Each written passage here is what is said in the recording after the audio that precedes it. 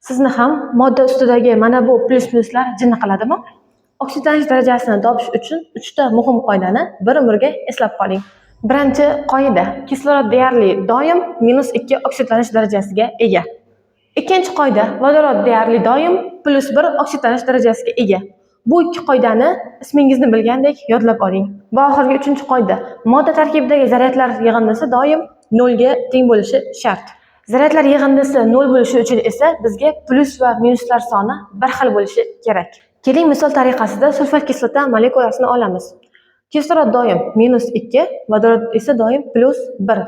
Bizda plyuslar soni +1 ko'paytirilgan 2 +2 ga teng, minuslar soni esa -2 ko'paytirilgan 4 -8 ga teng. Demak bizda -8 ta, plyus esa 2 ta. Plyus va minuslar soni bir xil bo'lishi uchun esa bizga nechta plyus kerak bo'ladi? To'ppa-to'g'ri, bizga yana +6 yetishmayapti. Demak, sulfa kislota tarkibidagi oltin gugurtning oksidlanish darajasi +6 ga teng. Agar videoni tushungan bo'lsangiz, karbonat kislota tarkibidagi uglerodning oksidlanish darajasini aniqlang va kommentda yozib qoldiring.